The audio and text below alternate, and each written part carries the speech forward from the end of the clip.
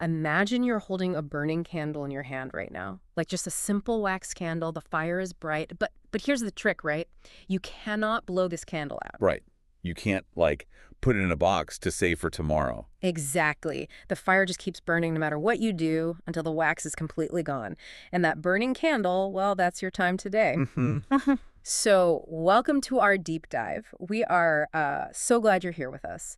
Today, our mission is to look at that burning candle and really figure out how to stop wasting it. We want to help you actually learn English. Yeah, that's the goal. And because you might be, just starting out on your English journey, we're going to do this using simple, clear words. We want to make sure every single idea makes perfect sense to you. That is exactly right. We want to talk about big ideas, but we'll use everyday language. We won't use confusing words. Right. We'll explain everything really clearly. Because honestly, understanding how you use your time is the real secret to learning any new language. Definitely. But before we really get into it, since you're watching this on YouTube, we want to ask you to do something intentional right now. Please like this video, leave a comment below, and subscribe to the channel. Yeah, please do. And why are we asking this right at the start? Because when you interact with this video, you tell the computer to share it with other people. You help other English learners around the world find this deep dive. You can actually help someone else change their life today. Exactly. So thank you for doing that. Okay, let's unpack this. We are talking about wasting time, but I want to push back on that idea first. Like, what does it actually mean to waste time? Right. Does it mean taking a nap or, I don't know, sitting on the grass? Well, that's a very important question. Because many people think resting is wasting time, but it's not. No. Wasting time really means doing an action that leaves you feeling empty at the end. Like, you finish doing the action, and your brain says, why did I just do that? We have a perfect phrase for this from our sources today. Right, yeah. The phrase is, give nothing back. Give nothing back. Okay, what does that actually look like in real life? Well, it looks like this. You take your phone out of your pocket, you open an app, you look at pictures, you swipe up. Right, just scrolling. Yeah, you look at a short video, you swipe up again, and suddenly an hour passes. Oh, wow. Yeah. That action took 1 whole hour of your candle, but what did it give you? It gave you no real joy. It gave you no useful knowledge. You don't feel rested. Exactly. You do not feel happy. The action took your time, and it gave nothing back to you. Man, I know that exact feeling. You just stare at the screen and then you feel kind of bad about yourself and the candle just keeps burning. Yes, the candle burns whether you look at the phone or whether you read a book. And what's fascinating here is that learning a language like English doesn't happen in one giant moment. It happens in very small moments while that daily candle burns down. Right. So if the candle is always burning, we really need a good reason to use it well. Our sources say the very first step is knowing your why. You have to know exactly why you're learning English. Yeah, this is step one. You absolutely need a real, deep, personal reason to do this work. But let me stop you right there, though, because, I talk to a lot of people who say, I just want to speak better English. I want to sound smart. Isn't that a good enough reason? No, actually. Yeah. It's a very bad reason. Wait, really? Yeah, that reason is just too vague. Vague. Okay, can you explain that word for us? Yes. So when something is vague, it means it's not clear. It's fuzzy. Imagine trying to look through a really dirty window. Okay. You cannot see the trees outside clearly. The picture is vague. Yeah. Saying, I want better English is a dirty window. Oh, I see. Like, what does better mean? When you want it, who are you even talking to? Your brain does not understand vague ideas. Yeah. And if your brain doesn't have a clear picture, it won't give you energy when you feel tired. Wow. Okay, so what is the danger if my reason is vague? Like, what actually happens to my daily life? Well, if your reason is vague, you will drift. Drift. Like a piece of wood in the ocean. Exactly like that. Imagine a small boat on the water. The boat has no motor. It has no map. The person in the boat just sits there. Right. The wind blows the boat to the left. The water pushes the boat to the right. The boat just goes wherever the water pushes it. Oh, wow. It might hit a rock. Yeah. And that is what drifting means. You move, but you have no direction. If your reason to learn English is vague, you'll drift through your week. You'll say, I'm tired today. I'll study tomorrow. The water pushes you to tomorrow. And then it pushes you to the next day. You have no motor. You just drift. Yeah, that makes perfect sense. Actually, our sources share a great story about this. A person tried to learn a new complex skill, But they didn't love this skill. They only tried to learn it because a friend told them, oh, this is a useful skill for business. And how did that go for them? It was terrible. It felt like a heavy job. Every single day was hard. Their brain just fought them. And, they quit after just 3 weeks. But then they tried to learn a different skill. And this time they had a very personal reason. They wanted to do it for their own family. And suddenly it was easy. They didn't have to force themselves to practice at all. Exactly. Yeah. And why did that happen? Yeah. Because the brain is very careful with its energy. If the brain thinks an action is just extra work, it'll make you feel lazy. It wants to save energy. Interesting. But if the brain sees a clear personal reward, it turns the motor on. Okay, so we need a clear reward. So what is a clear reason to learn English then? A clear reason is a sharp picture. For example, I want to watch my favorite cooking videos on YouTube and understand every word without reading the text on the screen. Oh, that's good. Or I want to walk into a coffee shop in London, smile, and order a drink without feeling nervous. Those are not vague. Those are very clear pictures. I love that. So for you listening right now, stop drifting. Find a piece of paper today. Write down a clear picture of why you want to learn English. Okay, so let's say the listener does that. They have a great motor now. They have a clear reason. But now motivation hits reality. And the reality is that we're all very busy. I mean, people say to me all the time, I have a great reason, but I have a job, I have kids, I have a house to clean. I have zero time to sit at a desk and study for an hour. It's true. People are incredibly busy. But the secret to finding time is that you don't need an hour. The time is hiding right in front of you. Yeah. You find the time in your short daily commute. You find it in the empty pockets of the day. Oh, here's where it gets really interesting. The empty pockets of the day. You mean like the small waits? Exactly. Like waiting for the bus in the morning, walking from the car to the office building, standing in a line at the grocery store to buy food, or just washing the dishes after dinner. Yes, all of those. Think about your day today. How many 5-minute pockets of time did you have? Yeah. And, well, what usually happens during those 5 minutes at the bus stop? Oh, I know. My hand goes into my pocket and my phone comes out. It happens so fast I don't even think about it. Right. You don't think about it because it's a habit. And what does the phone give you? A fake feeling of doing something. Yeah. You scroll through short videos, your brain gets tiny flashes of color and noise. The brain thinks it's busy, but it's doing nothing. You get nothing back. Wow. Okay, so we have to break that habit. What should we put in that 5-minute pocket instead? Well, don't try to read a whole textbook at the bus stop. That's just too hard. Just open an English app. Okay. Listen to 2 minutes of an English conversation. Or just read 3 new English words. Just 3 words. Wait, really? Just 3 words? If I only learn 3 words at the bus stop, does that actually help me speak English? It feels too small. It's not too small, but only if you are consistent. Okay, let's explain the word consistent for everyone. Consistent means you do not stop. You do it on Monday. Huh? You do it on Tuesday.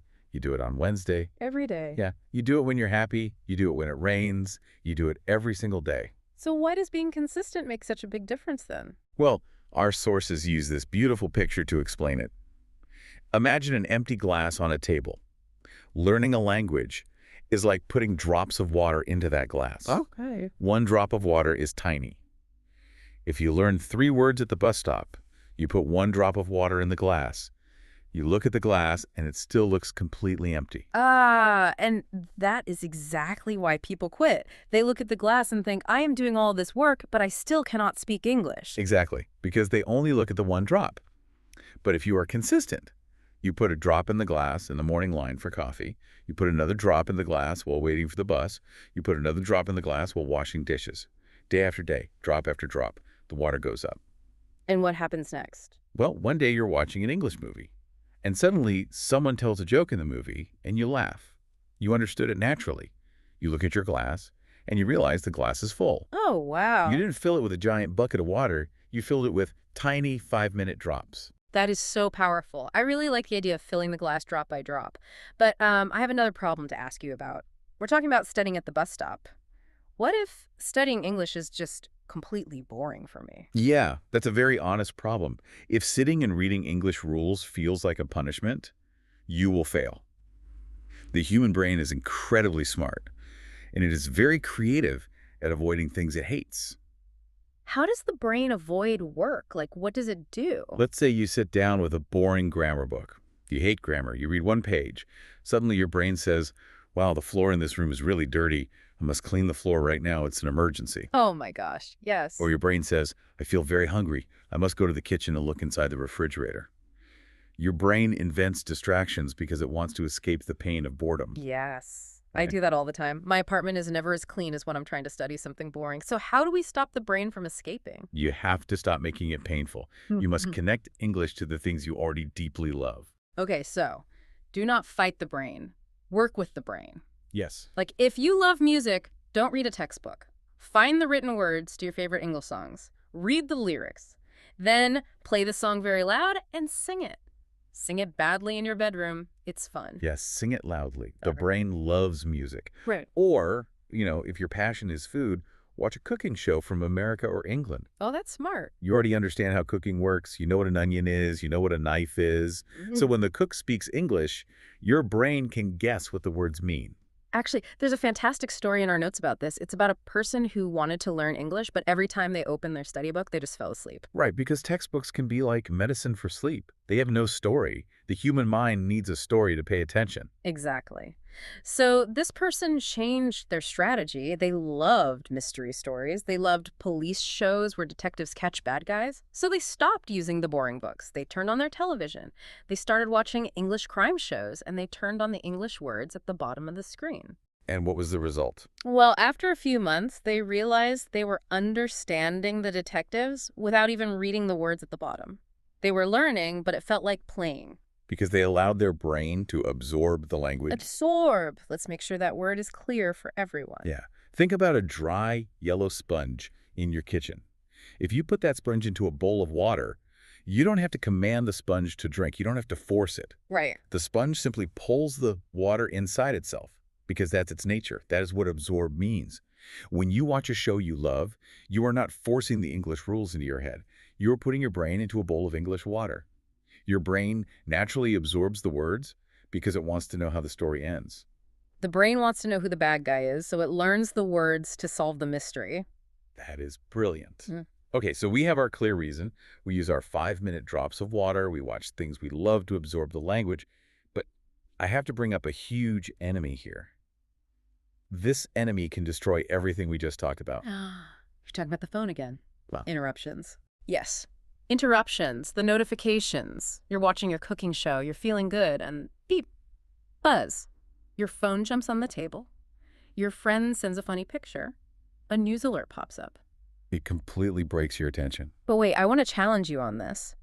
Because a lot of people use their phone to study. Like, my English flashcards are on my phone. The YouTube video I'm watching right now is on my phone.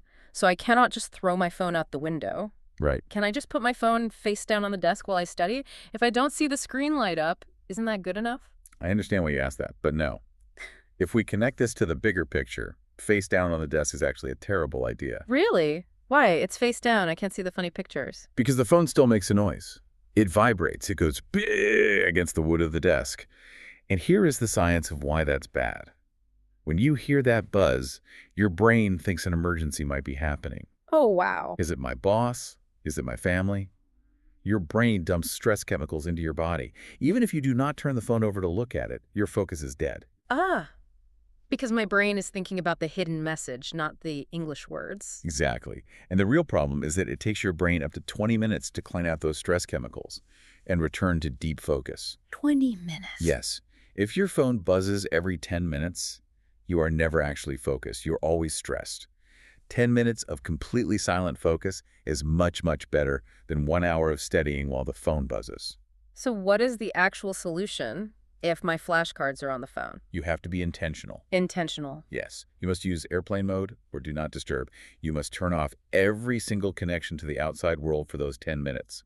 If you are reading a real paper book, you must put the phone in a completely different room with the door closed. Leaving the phone in another room feels scary to modern people. It does feel scary. But intentional means you are making a strong choice. You are the boss. The phone is not the boss. You choose to protect your time. And when you protect your time like this, your brain can finally enter a state called flow. Flow. I love this concept. How do we explain flow simply? Flow is the best feeling in the world.